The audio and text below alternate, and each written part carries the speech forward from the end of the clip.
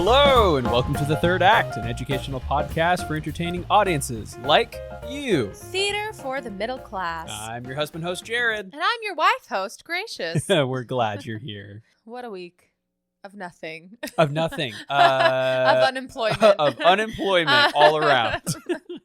Hey, I was talking to my mom about it. I do unemployment really well. I'm very good at getting up and going to the gym, and then I come home and I do some cleaning, and then I get ready for the day, and then I have like 6 different home projects that I'm working on. Like, we're basically done with spring cleaning. The whole apartment has been reorganized, and then I have so many projects that I'm working on. So unemployment has never looked better. Yeah. No, it's great. How are you feeling on a scale of melting to sparkling? Ooh, honestly, I think I feel sparkling. You're sparkling. Yeah. We've had a great morning thus far. We had breakfast for lunch, which was so fun. That was really yummy. Yeah, I feel sparkling. I'm feeling on a scale of melting to sparkling. How do you feel, my dear? Thank you. I'm feeling engaged. Ooh. Yeah. You know, it's just really close to sparkling, but it's just like, I don't know. I'm like ready to be sparkling, but sure. Yeah, that's where I'm at. Ooh. I'm making a lot of improvements, on myself.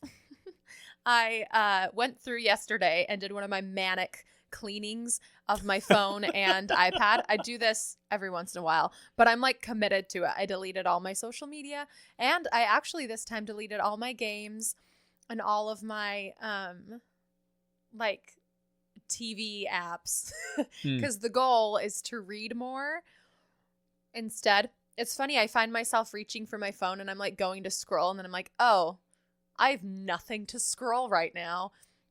So my choices to scroll are New York Times games. That's the one game I have. Or I can read. I have books on my iPad that I can read. But yeah, so those are my options. Or I can go and draw on my iPad. Yeah. I think I have I left one coloring app on my iPad, and then I have the New York Times games on my phone, and that's it. Yeah. So. I mean, plus the entire Google suite. But. I mean, right. But, I mean, so far, so good. It's been less than a day. I've really enjoyed getting to piggyback on your New Year's goals and resolutions, which are honestly just a continuation of what you were doing last year. Like, for example, I know you're trying to eat better. And so we have less sugar and less carbs in the house. And so naturally, they're healthy carbs. I have been a recipient of that. And so I'll be at the store and I'm like, ooh, wow, that gelato looks really good. And I was like, oh, no, Gracious can't eat that, so I shouldn't get it. And so I end up also being a part of your health regimen. And therefore, and reaping the benefits. Your boy's losing weight slowly, but we're doing better than we were last year. So getting super excited for that new Spider-Man suit. Your boy's gonna look so good. Yeah, buddy. Yeah. I got an email. It's on its way. It's on its way. It got put together much faster than I was anticipating. So I'm excited to have that. Good stuff. And I was going to say, what else? Oh, obviously our audience can't tell, but like it's a little vibey up in here. I have my little candle going that smells like Explorer. Whatever that smells scent like is. Explorer. We have the lights off, and I have my LED lights on pink. It is very vibey in here. And it's super cold. There's the so salt Gracious is hiding under her electric blanket. Yes. Because we are still in the depths of winter. It's cold. But it's a fun day to record a podcast, isn't it? It is. Yeah. I don't know. I've been really enjoying myself the last couple days. I really enjoyed writing these past couple of episodes. It probably helps that I really like the shows we're talking about. So they've been really fun to write. But like some of my happiest hours, like, you know, we do our best and worst part of our day check-ins at the end of the day. And I think you asked, and this was like a couple of days ago, and like best part of my day was just getting to sit at my desk, have a snack, do some research, and I'm not needed anywhere. You know, it's a good time. I didn't have to be at rehearsal. I didn't have work that day because unemployed. I had nowhere to be. And I just got to like exist doing the thing that I love the most. It was so nice. Yeah. And then like, I think you made dinner that night, and then we like watched the Olympics. It was great. So anyways, I'm really excited to share this with everybody because I had fun making it, and I hope you have fun listening to it. Yeah, that's all I wanted to say. Hope. Hope. Yeah, it's been a good week. Cool. Is there anything that you wanted to say to the audience? It's okay if you don't, but I just wanted to give you an opportunity.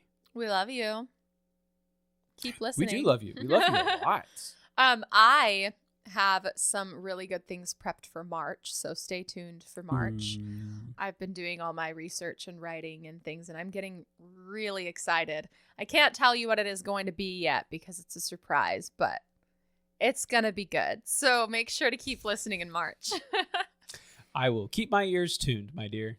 Yep. March is my month. It's all me. February is the month of Jared. March is the month of Gracious. It's actually my birthday. I was going to say, is that actually the month of Gracious. I'm going to be 25 this year. I can already feel my frontal lobe completing its development. I was hoping you would say that. I've been in therapy and I've been thinking these things that I've never thought before. And I'm like, that's probably my frontal lobe developing completely because it's going to be complete, in 3 weeks, 4 weeks. Yeah. That's how it works, right? That's how it works. On the date. Yeah. So. Because the human body loves to be super predictable and follow all the plans that we set forth for it.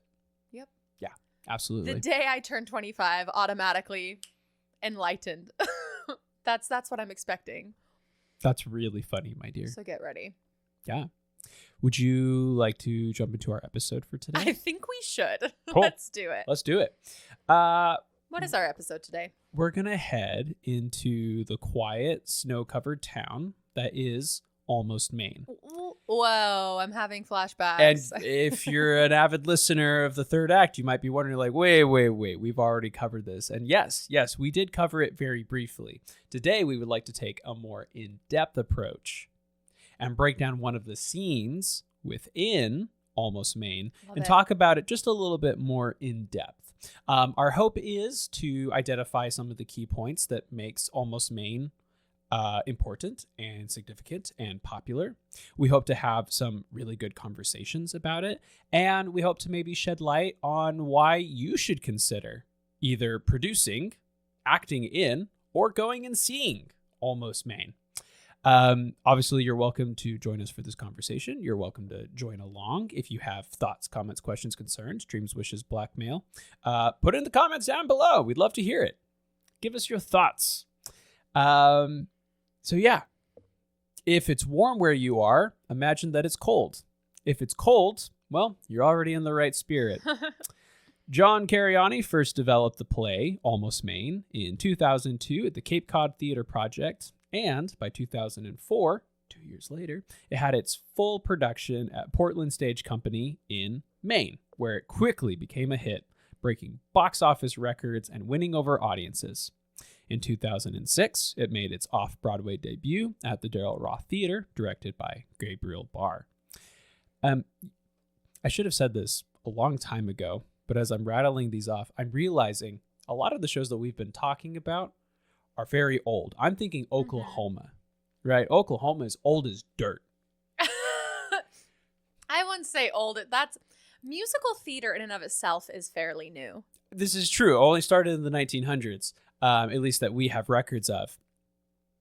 But like, compared, right? Fair. Compared to Almost Maine, Oklahoma is pretty anything old. Goes, right? Which got its origins almost as far back as the 30s or 40s.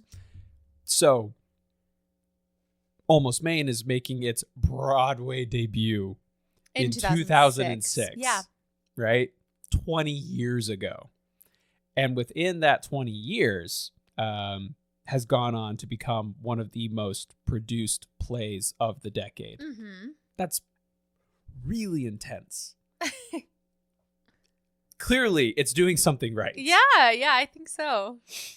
What was I going to say? I was going to say, that during its off-Broadway debut, despite the strong cast, its run only lasted like a month.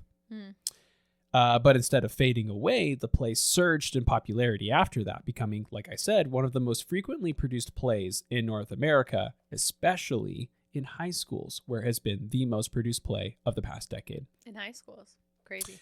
Its flexibility aids in that endeavor, as it can be performed with as few as 4 actors or as many as 19, with sets ranging from minimal to elaborate. It's also been translated into more than a dozen languages, performed in over 20 countries, and even adapted into a novel by the writer, yours truly, John Cariani. Yeah, buddy. You know what? Actually, I don't need to say that. The New York magazines and newspapers had a lot of things to say about it. But as we've already discussed, we think it's great, and you should go see it. I was remembering that one of the New York magazines called it whimsy. Mm. And I think that's a great word to describe the show. I think that in order for the show to like really have an impact on you, you have to be willing to have that sense of imagination and wonder. I think you have to be willing to go into the theater and ooh and ah and laugh and cry. Right? Like you have to be ready to be taken away by it. Yes. My personal opinion, I don't think this is the perfect play for a first-time theater goer. Personally. Ooh, really? That's what I think. I just think that if someone is used to movies and they go into this play expecting it to be, like other because movies are a different sort of art. Sure. Right? And they're usually played differently. And what movies don't include is that suspense of disbelief that you have to have when you go to see theater. And this show, I think, requires a lot of suspending your disbelief. I think it requires a lot of extra imagination. I think if you're prepped for that going into it, maybe it could be good. Sure. Or if you're a particularly imaginative person, or you're a dreamer or a poet. A romantic, if you will. A romantic. You just shouldn't be too concerned about knowing where we are in space and time. Right. Yeah. Movies do a really good job at telling you exactly where you are in space and time. Sure. And a lot of the plays of the realistic era, right? That era of realism, you know all those things. In this show, it's kind of left up to interpretation. Sure. So you have to be willing to go in and interpret it, which is why I don't know if it is the best show for That's a fair. new theater I thought goer. you were going to say because we don't follow a character through the entire show, right? It's also that. It's a series of vignettes, and so I thought you were going to go in that direction, but I think you're totally right. I just think it's quite different from realism. Sure. I think it fits in the realm of theater itself, but if you're going into this maybe it, should be your introduction, right? Have it be show number 2, right. But maybe show number 1 is something like Cat on a Hot Tin Roof. Right. Or You Can't Take It With You, or I don't know. You Can't Take It With You is it's a lot to unabashedly crazy. It's a lot to take in. Oh, you should go see the play that goes wrong. Oh, we go. That's fun. I think that's a really fun. That would kind of immerse you into the world a little bit. Yeah. Hey, we're getting off topic here. We're not here to tell you what to go see, although you should go see Almost Maine. No, that was really great. Thank you for sharing that. You're welcome. I appreciate it. Shall we talk about our scene? Well, actually, before I get into it, if we are doing a deep dive, I did my research. What? John Cariani actually did extensive work laying out guidelines, rules, instructions, and tidbits for anyone that is acting in or producing Almost Maine. I hadn't read through it at first, and so I didn't catch it until I went back a second time. And I think it's kind of worth sharing. I've abbreviated it, so we're going to move through this as quickly as possible, but I wanted to take some time to talk about it. So on the text, John includes a note to consider the stage directions carefully. There are many, they are beautiful, and they offer much for the actor to chew on and the audience to enjoy. And he goes on to explain a little bit about that. On punctuation, Almost Maine employs a lot of very specific overlapping dialogue. You'll see the symbol of railroad tracks. Railroad tracks is usually 2 diagonal lines right next to each other, yeah? Correct. It will appear inside a particular character's line. It simply means that the next character should speak or begin his or her line where the railroad tracks appear in the speech of the character who's currently speaking. And that helps them to pick up their cues and move a little bit faster through the conversation than maybe you or I would if we're reading the script. On place, John talks about the importance and ambiguity of the town, almost, right down to its geological coordinates, population, and climate. Mm-hmm. He also informs the reader on the science and significance behind the Northern Lights and the role that they play both in the state and in the play. So does he actually give the geological coordinates, population, and climate? Truly does, and more. Our town does that too, but the stage manager says it outright to the audience, which is not what he's saying. So maybe it's not as ambiguous to the actors as it is to the audience. Yeah, not if you're producing it. John leaves very little up to the imagination and is incredibly specific in his details. So, and it's really fun. It's really fun to read. Yeah. On time.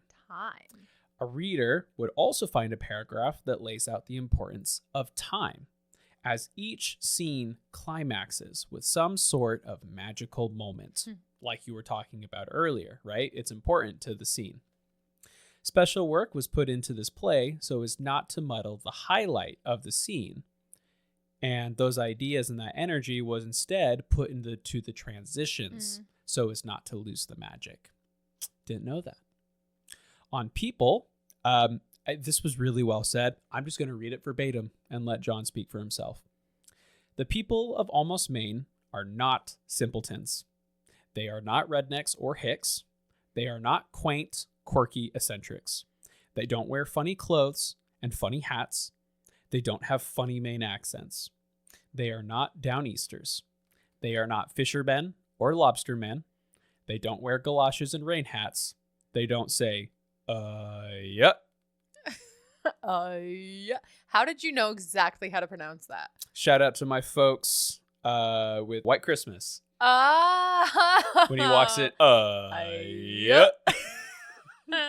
Anyways, and that's all he says on people. And then he moves on to the next section. That's good to know. I mean, you need to know about the people. I think another thing that young actors especially are prone to do, that I also did, when I was young, is to kind of generalize people.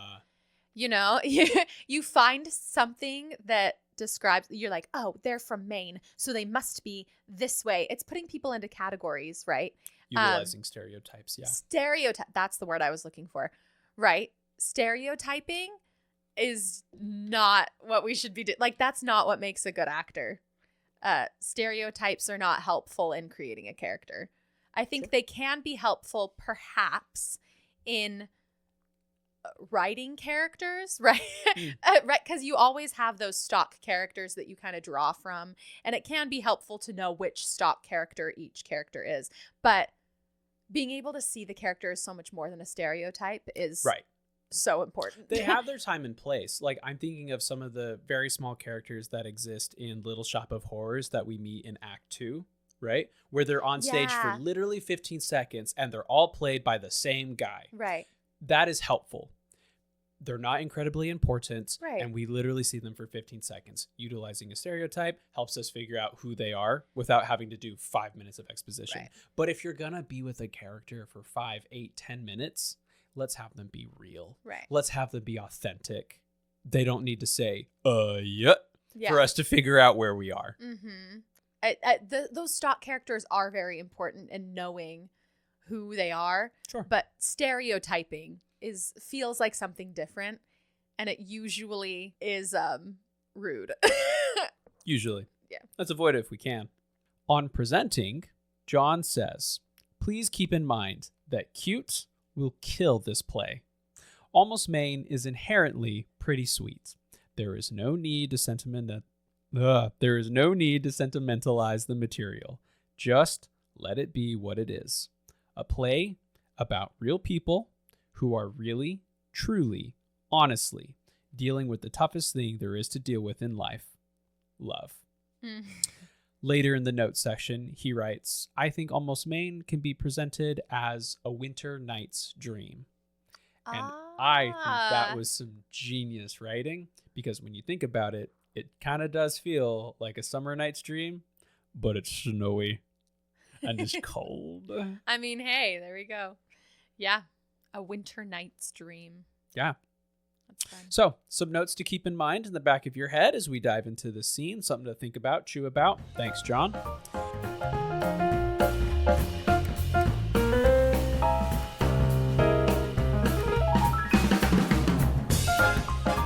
Today we're going to be looking at Act 2, Scene 6. We check in on Phil and Marcy in the story, Where It Went. Where It Went is the title. Lights up on Phil and Marcy, who have just been ice skating on Echo Pond. They are undoing their skates, putting on their boots and shoes, respectively. Phil has hockey skates. Marcy has figure skates. Marcy has one shoe on, one skate on. The opening line for the scene is, "It still feels like you're mad." Gracious, if you were a therapist, what would you extrapolate from this opening line in this scene? Well, as a therapist does, I would ask them to tell me more about the argument that they had had previously, because it still feels like you're mad implies that they were arguing about something. I'm assuming that there would probably be some lingering tension that you can feel between them. And I would start trying to delve into what that is. I can make the assumption just from that first line that they've clearly argued about something and then made up, in quotation marks. They haven't actually made up. Like there's something that one or the other of them is not telling each other, or both. And that's not going to solve the problem if they don't actually talk about it. Yeah. So we would delve into that. Have you read this before? No. Oh, because that was really good. I have not, but I am in therapy, excellent assumption. so I'm basically an expert. Basically an expert. I've got this down. That was really well said. And you're not far off. Marcy and Phil, they talk about skating. But their relationship is unraveling right before our eyes. Marcy insists that she's fine. Phil knows she's not and is pushing her to tell him why. Tale as old as time. Truly. Phil explains that he had to be called into work at the mill. And Marcy claims she understands, but this doesn't feel like it's the first time they've brought up this topic, and it probably won't be the last. Marcy laments that she is looking forward to getting away from the kids and spending time with him. As she struggles to find her skate, she sees a shooting star. Have you ever seen a shooting star before? Dude, do I have a story for you? There was one time when I was camping, when I was little, where I, kid you not, saw 7 shooting stars in one night. Whoa. It was probably like a meteor shower, and I just didn't realize it because I was a child and I wasn't aware. They were at different points through the night though. Sure. Like I saw one while we were making dinner or whatever, and then I saw one, and then I saw like 3 while I was sitting in. Anyway, 7 shooting stars. That probably felt like the most magical moment of your childhood. It absolutely was. How old were you? I can't remember. I was probably 8 or 9. Okay. Maybe. Younger than 10, older than 6. I was old enough to remember it. Because like one shooting star is like pretty magical, but to see 7, you probably thought you were the luckiest girl. Oh, I was. You're like, I was I'm gonna just be a wishing on all of them. Yeah. Well, shoot, that blows my story out of the water. I was going to tell you the first time I ever saw a shooting star, I was living with my parents. Obviously, I was living with my parents. I was 10 years old. It was 2010, y'all. Lived with my parents. We're in Southern Virginia. And Dad just so happens to see like, oh, shoot, there's going to be a meteor shower in our area. Cool. Yeah. So they didn't tell us, but we knew that something was up because they're like, okay, good night, kids. We'll see you in the morning. And they had this like weird smile on their face. And so we knew that something was up. 4 hours later, they wake us up and they're like, hey, guys, you need to get up, put on your pajamas, grab some blankets. We need to go. And so like we all start panicking. You're like, oh shoot, what's going on?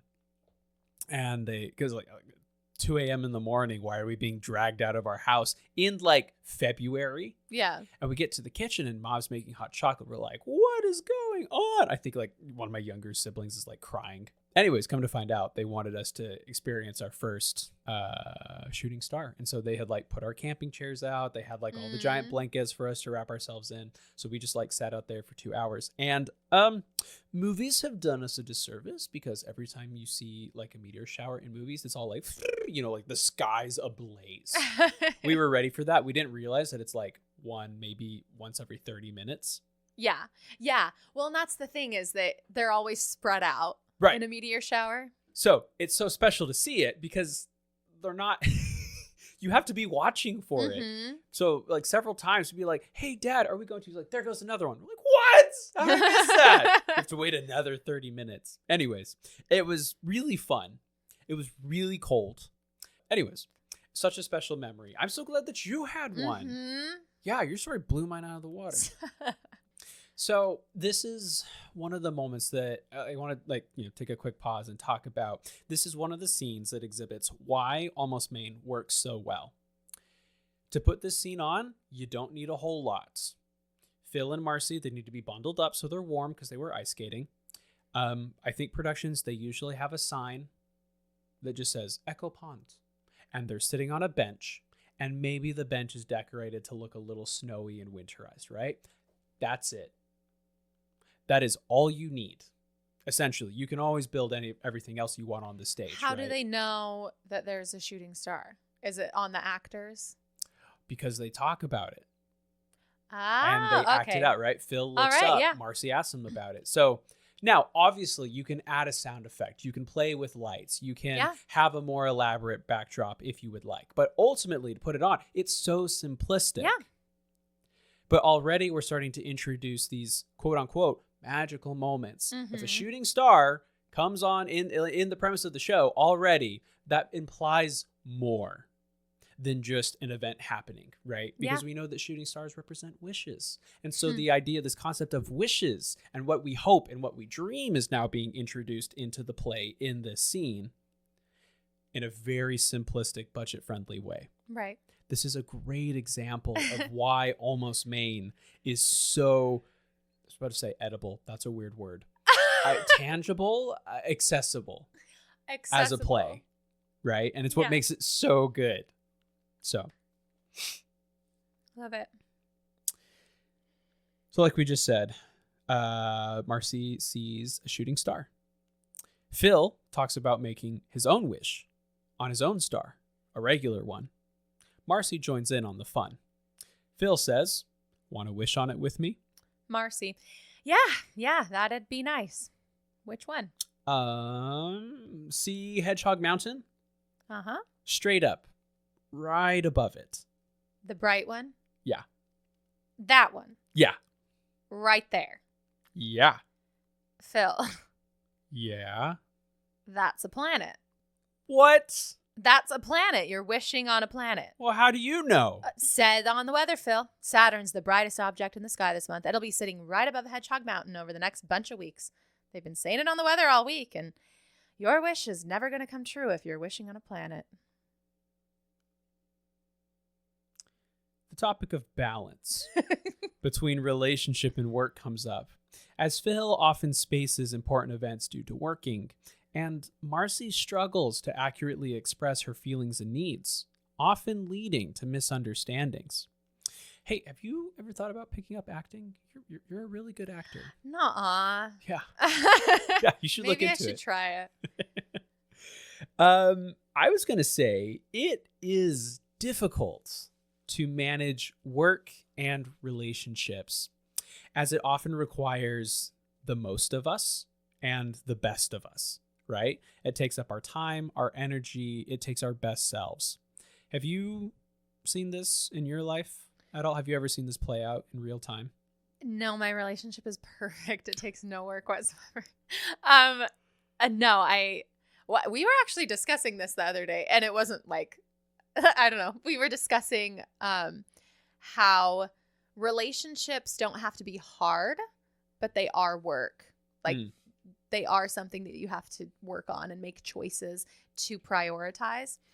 I definitely think one of the big things that a lot of people run into in relationships. So I've observed, I'm not a professional by any means. Sure. So I've observed people have a hard time being vulnerable with each other. Yeah. And you really need to be able to be vulnerable with the other person in order for it to work. But in order for someone to be vulnerable, there does have to be space for the vulnerability. So I think it's it's a two-edged sword. You need someone who is able to hold space for someone's vulnerability and also to be vulnerable with the other person. And the other person needs to do the same. Right.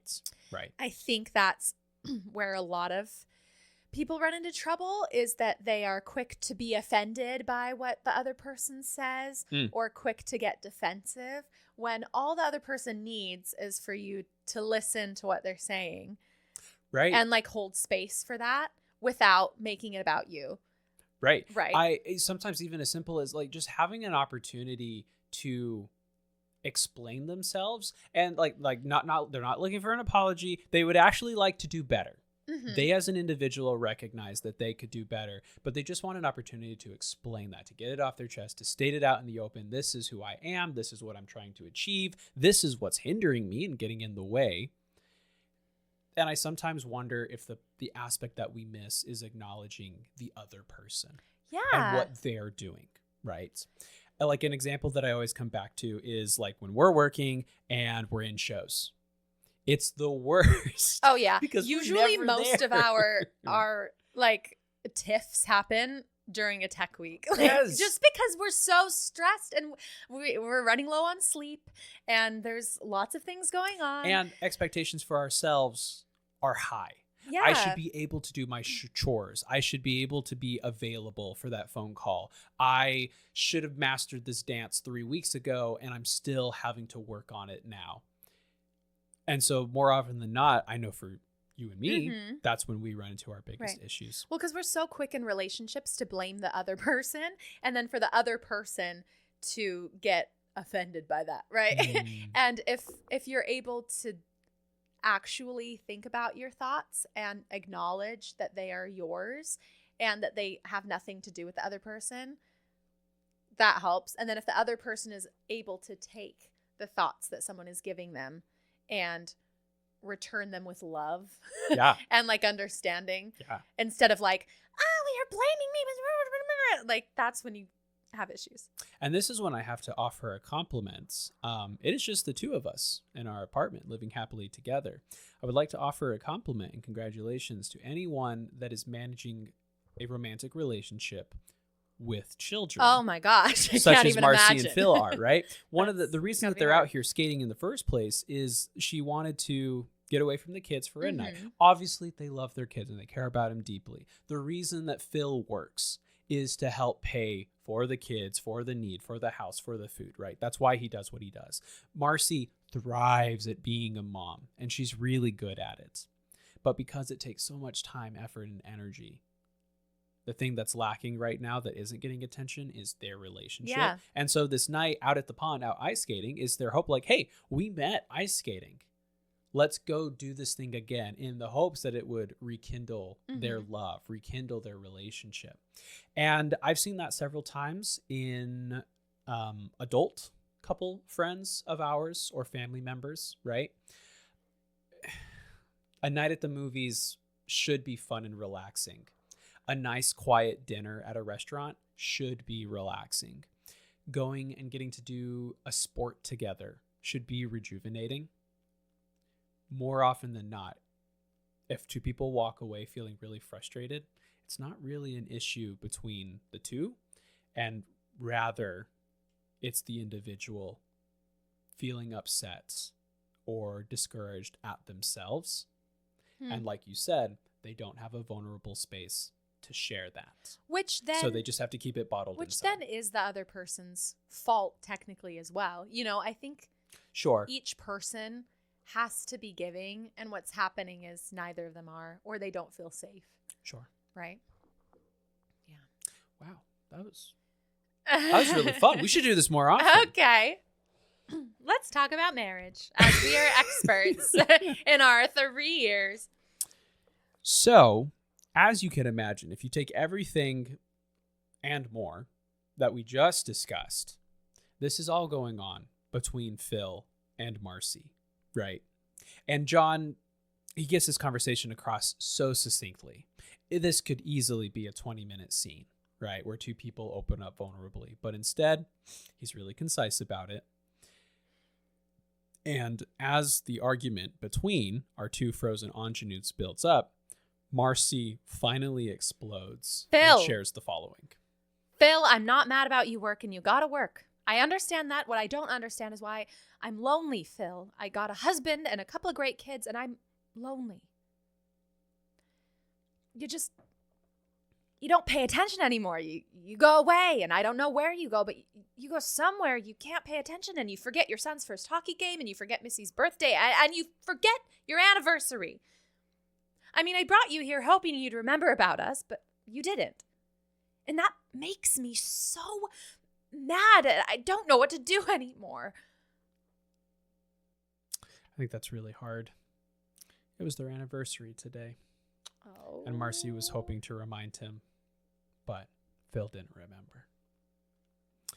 Phil, exasperated, points out that she often lies about her own feelings and thoughts, citing that he never knows where he is, where he stands with her. In an act of desperation, he pleads with her to be honest with him. He starts with a small act. He asks if she had fun tonight. Her response is short and in the negative. And then, a shoe that looks exactly like Marcy's other shoe drops from the sky, right between Marcy and Phil. A beat. Marcy and Phil survey the sky, trying to figure out what just happened. Music. Phil retrieves the shoe and gives it to Marcy, who puts it on. Marcy gets up. She then takes the car keys out of her pocket, exits, and we hear her start the car and drive away. Phil is alone. A shooting star cuts across the night sky on the field of stars. Phil sees it. Lights fade.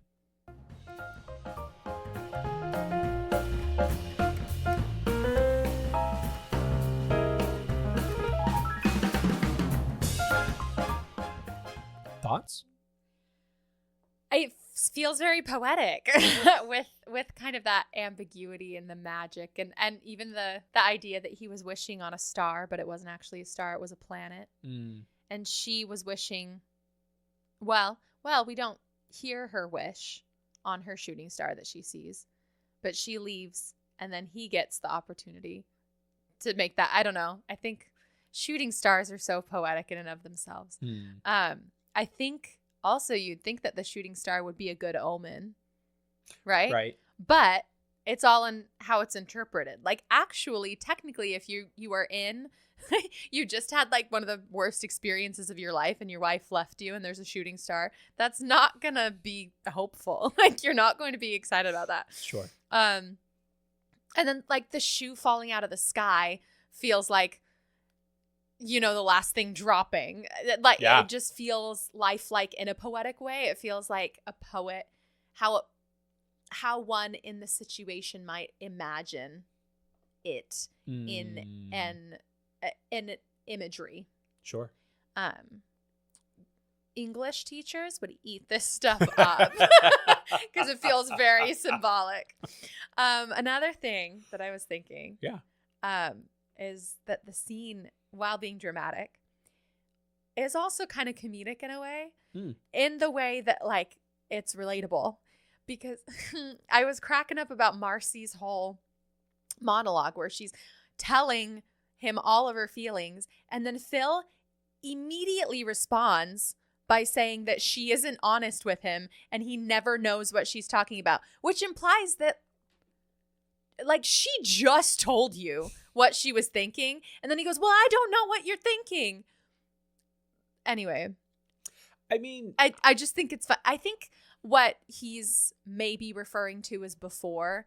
But the fact that he says that immediately after she tells him exactly what she means feels very, and I think a lot of people have that experience in marriage sometimes where they just are on different wavelengths and they're not getting through to each other because if you aren't saying it in someone's language, they're not going to be able to pick up on it. Do you remember a few years ago, I think we were dating and we had a conversation about allowing ourselves to try to be or feel something even if we're not. Yeah. I think what happened is we were dating and we wanted to be like kind and open and accommodating for the other person. And so one of us would make a bid. Hey, do you want to have dinner tonight? And we go, yeah, I'd love to have dinner. In actuality, we didn't. Right? Weren't in the mood or whatever. Right. We weren't feeling it. Or vice versa. You might ask me, Jared, how are you feeling? And I go, great. I'm actually having the worst day of my life. But in that moment, I want to feel like I'm good. Yeah. And if I say I'm good, it is kind and generous of you to allow me to continue to feel and to treat me like I'm good. Regardless of maybe I'm giving off other vibes, right? Especially when if you're talking to an empath, it's game over for you. They're always going to know. The problem is that I actually had to learn this in marriage, right? That I tend to just like, if you're feeling a certain way, I will just bottle it up and then I put it in myself. And that is not helpful to anybody, right? Now I know that if he's feeling a certain way, if he says that he's doing great, then we're just going to like gently go forward with normal plans. Right. Otherwise, I'm going to give some space, allow some feelings, allow some thoughts to like happen. Because sometimes you just need time to put together your thoughts before you can say what's up. Sure. If someone is like saying, what's wrong? Why are you still mad? Blah, blah, like that is not going to make your mood any better. Sure. So yeah, I think like you're allowed moments, especially when we know that we're not doing well. But at some point you have to be vulnerable. You have to be real with your response. And I think that's what Phil's trying to get. He's like, I can understand if you're having a bad day with the kids and you go, I'm fine. Cool. I understand that you want to be. I wouldn't be surprised if Phil is saying, no, that's what you always say. Every single time a date goes wrong, you say you had a good time. Every single time you're tired, you say you have energy. Every single time you say that you want to help, you actually need time for yourself. And so I wonder if what he's trying to express is like, I don't know how, like, I don't know where I stand with you. Right. Because you're never being honest with me. I imagine in my head, that's what they're trying to get at. I might be wrong. But then on his end, right? Like, he's forgetting anniversaries. True. Like, right. And I don't know that he's over here saying that she's not being honest with him. He's obviously not being honest with her. Sure. Because she's talking about extra how credit phenomenon. I don't need you to go and do extra credit. I need you to do the assignments you have. I don't need you to buy me roses. I would like to see you at our birthday party. Yeah. Well, and she's talking about how he's so distant at these things, right? Which implies that he's maybe lost in thought as well and is having these thoughts that he's not expressing. Very true. Anyway, so there's just a lot of ways that you can interpret the scene. There's a lot that you can do as an actor. And there are a lot of questions that leave the audience. I think leaving the audience with questions is actually a good principle. Like, it's the point of theater. It's the point. I think you should be leaving. It's why we go. You really don't want them to have all the answers. Yeah. That's how I feel anyway. Look at you. You got me sitting in my therapist position. Are you happy with yourself? This is my therapist position. Well, I have an actor, producer, director kind of question for you. Go for it. What do you think the shoe means? The shoe falling from the sky. You know, funny you should ask. In the times that I've read it, I don't know if there actually is one answer. I think that is something that is allowed up to interpretation and up to the audience member, right? Whatever again, it means leaving for you. Questions for the audience, allowing them to think instead of spoon feeding them the information. Right. And again, I have to remind myself, John Cariani was incredibly specific when crafting these scenes. The climax of the show happens at the most magical moment. So after the shoe drops, there isn't a whole lot of conversation after that. It's just a lot of acting. So even then, we're still left with our thoughts and our feelings to help us tell the story, because it's no longer being spoon-fed to us through words. I do have thoughts about the shooting star. Okay, what are your thoughts about the shooting because star? again, shooting stars always represent hopes, dreams, and wishes. I wonder if the shooting star in Jared's world, well, actually, no, I'm going to say in Jared's world, the shooting star represents that who's John? Oh, John Cariani. He's that Phil. Phil, our character, is now allowed to move forward with his own hope or dream or wish. Because he has now talked openly with Marcy, all cards are out on the table. They both understand each other. They've said exactly how they feel in no uncertain terms. Both are now free to choose and do as they wish, as they see fit. Yeah. Whether that is to repair their relationship, whether that's to end it, whether it's to get a third party involved to help them piece it back together, right? Whatever feels appropriate for them, they now are allowed to. Whereas before, he's trying to wish on a plan and that doesn't work. But the shooting star has presented itself. He is now allowed to move forward. Essentially, they've unlocked the door and now they're free to walk through if they would like. Yeah. In the mind of Jared That's Mattson. Cool. That's your English teacher answer. I don't know. I actually like symbolism without telling you what the symbol is. Oh, it's so good. It's so good. Like adding something in that probably means something to John Cariani. It's probably let's get him specific. on the podcast and ask him. John, but if you're listening, I he didn't swear we'd feel love the to talk need- to you. I know. He didn't feel the need to explain it, which means that he's leaving it up to interpretation. So true. I think English teachers don't get that. You know, they're always like, there has to be a meaning in everything. There isn't always a meaning. Maybe there doesn't need to be. Maybe there can be a million different meanings. Do you want to talk even more about these characters and continue to break them down with me? Yeah, I do. Yeah. Hey, I don't know. I wanted to try to get to know Phil and Marcy better. If these characters were a form of weather, what do you think they'd be? Sunny, rainy, windy, snowy, or foggy? For anybody listening, this was an exercise that one of my supervisors did with myself and our team a few years back, and we thought he was crazy. It was actually one of the best conversations we've ever had about each other, and we got to know each other extremely well through this. So, they feel very windy to me. Like both of them I would describe as windy. Sure. Like they don't seem to have a good foundation. Yeah. You know? Yeah. I was actually going to say that Phil, to me, is very rainy and that Marcy is very foggy. I don't have a good explanation. That's just vibes for Wayne, but I was going to say that because Marcy literally is trying to obscure parts of herself the same way that Fog does, but that's what I was going to say. Yeah. Nice. How does Marcy show love? Like, what's her love language? Oh, her love language? If you had to take a guess. Obviously, we don't know. I think based on what I read, I didn't read the whole scene. I really need to do my research before these podcasts. I think her love language is probably quality time because she's actively trying to have quality time. Right. And it's not going well. You know, like she made the effort to make true. this And happen. That's the thing that she wants. She wants him there at the birthday party, at the anniversary. Oh, yeah. Yeah. Because those are all the things that she mentions is that she wants him there and available. Yeah. So I think quality time for her. Yeah. Is big. Do you have a difference of opinion? No, I totally agree. What about Phil's love language? What do you think? If I had to take a guess, I would probably put it as words of affirmation. That's what I was going to say too. Because it's not that we see a great example, because Marcy's not very good at giving words of affirmation, so we don't see it. What we do see is the opposite of affirmations, and it shuts him down.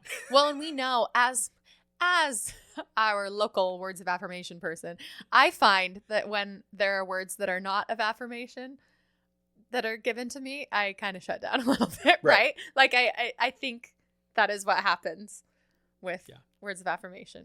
And we see that play out. So I wonder. If... That makes sense to me. Yeah. Are they compatible as a couple, right? Because again, this whole show, it's just a bunch of vignettes of people falling in and out of love. Would we say that Phil and Marcy are compatible as a couple? I, at this point, think that maybe they're just out of sync. I believe that everyone has the capacity to be as do I. Compatible. If they're willing, to try. And I do, obviously, at one point, they were compatible enough to decide to get married, True. And I bet they have super cute kids. I don't know. I think that there's a lot that isn't being said by either of them. Mm. So I think they just need to go to therapy. And I think they could work out some of the things in therapy. Yeah. That's what I think. I think that Phil needs to make some more effort to be there, and Marcy needs to make some more effort to recognize Phil's effort. Yeah, I think he would do well to set some boundaries when it comes to work. And I wonder, maybe Marcy needs maybe the family would benefit from having a giant central calendar that they review in the morning, right? That could be really beneficial. I know that I love our giant calendar. I love knowing where you are in the day. I'm going or what to you make have sure up. that you know when my birthday and the holidays are. Always. You can't forget those. Always. If our two frozen ingenues were an animal, what animal would they be? Okay, I have a good answer for this. Go for it. And this is talking about both of them. Okay. Did you know that spotted salamanders, okay? They go into this dormant state during the cold winter months where they're just not involved with each other at all because it's cold. Sure. Because they're salamanders, sure. They love the heat. Yeah. So maybe they're spotted salamanders and they just need some sunshine. Maybe they just need to move away from Maine, honestly, because the cold is just making them act out in ways that they shouldn't. That's so funny. Wow. How did you find that? Did you just know that? No. Okay. All right. Never mind. I'll leave you to your own devices. Let me have my secrets. I just know things about spotted salamanders. I cannot compete with that. So I'm going to agree. 2 thumbs all the way up. Spotted salamanders, folks. What the heck? Oh, that's so funny. If you haven't noticed by now, I am probably developing a small love infatuation for John Cariani. He's just a cute guy. He's got a lot of good things to say. I wanted to close by speaking to my producers, my directors, my actors of Almost Maine, and offer you just a small little tidbit. Hopefully we've given you something to chew on, but I have just a little bit more to say. I found an interview with Theater Avenue where John answered some questions about the show, and he shared some insights with potential to-be actors for Almost Maine. One of the questions that was posed to him was what to focus on and what not to focus on while putting on the show. Gracious, feel free to interrupt me at any time. Okay. Yeah. John says, what would you actually do if these things were actually happening to you? You might be skeptical. You might be weary. Oftentimes, we're placed in an uncomfortable situation and we pull away. But in this play, the characters aren't afraid to dive deeper and find out more. And we see this with Phil and Marcy really well, right? Instead of climbing up, they dive into what's going on. That kind of authenticity will serve the character and the show really well. I think that's a good principle for any play. I would not describe plays as realistic, really, at all. Always. Right? Because they're always at the climax of life, and usually we're in the rut. And people are always having these life or death. Well, they feel like life or death experiences, and they're actually approaching them with courage. When in real life, I think we're kind of cowards, But these characters tend to have courage to say what they feel and to be vulnerable. Sure. It also helps that we're catching these individuals in essentially the climax of the moment. Right. For all that we know, these two people have had 6 or 7 years of happy marriage. And we're just now catching them when they're falling into their really big issue, right? So I agree. I agree. Good words, John. What do you? Another question that was posed was, what do you feel about the importance of theater bringing happiness to the stage? And I wasn't sure where this question was going, but it's actually, I'm really glad they included it, because John responds by saying that musicals make a lot of room for joy and happiness. I don't think plays do. I often tell people it's a lot harder to play happy than it is to play sad. It's really easy to play sad on stage. I'm usually sad most days, says John. Dude, I love playing sad on stage. Most people do. I freaking love it. I eat it up. Right? And because putting joy on stage is hard to do authentically without being cheesy or fake. Yeah. But sadness, sorrow, misery is, one, it's more fun. 2, it's more therapeutic. And then 3, it just reads as more realistic. Right. So, well, I think a lot of people probably go into theater for the catharsis of it. And joy doesn't always feel like catharsis, you know? Yeah. Because joy feels, can we talk about how, well, we don't have to talk about it for long, but how joy feels fake in everyday life. Like when someone is happy, we're automatically assuming that it's not real. Yeah. Someone comes in ecstatic on top of the world. And we're like, well, that'll end soon. Right? And that's always what we focus on. We're such pessimists. But then someone walks in and they're like, oh, I'm so sad. I'm just so beat up. And we're like, oh no, what's going on? And we're so happy to surround them and be with them and participate in their sorrow. But then at the same time, we have a society where the expectation is to pretend that all is well. What a contradiction. What a contradiction. Humans are nothing if not contradictory. Yeah. Can I tell you my final favorite thing about this show? Spent a lot of time trying to get in the brain of playwright John Cariani. I am so grateful that this piece exists and that we have it and that we're able to see it almost 24/7, 365, because again, it is the most commonly produced play in American high schools. Because he put so much heart and soul and effort into it. It's not a cash grab. He didn't write it for the money. I don't think he's making a lot of money off of it. He wrote it because he actually genuinely cares. He has done so many interviews where he has talked openly about this show. He has answered so many questions and has been so transparent about his thoughts and his care and his passion for these tiny little people in this tiny little play about love in Maine. Yeah. And I don't know, what a gift. What a gift. What a special gift that we have and we've gotten to talk about for, at this point, several happy hours. And that's all I have to say. That's all she wrote. That's all she wrote. Actually, you know what? She didn't. She wrote one more thing. And the thing that she wrote is how grateful we are for anyone choosing to listen to this silly little Fina podcast. Because you could be doing other things. But like, it means the world to us, having us with us, right? Thank you for being here. Thank you for listening. Thank you for sharing your time. Thank you for sharing your thoughts, your messages, your ideas. It all adds up. Our hope is that one day we have a thriving little theater community and just a bunch of little friends. You know, we're just all friends together. We're just hanging out. Friends. Yeah. So thanks for being here.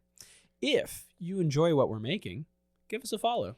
If you think that what we have to say could be enjoyable for someone else, give us a share. A little really does go a long way. If you have something to say, please email us at thethirdAct64@gmail.com. We hope you'll join us next week. In the meantime, we know that you have auditions, rehearsals, and performances to go to. So, I don't know. Be vulnerable. Make space for someone else. And break a leg. Can you command someone to be vulnerable? I don't think that's a thing. Be vulnerable. Do it. You're gonna I dare you. I triple dog dare you. It could be a dare.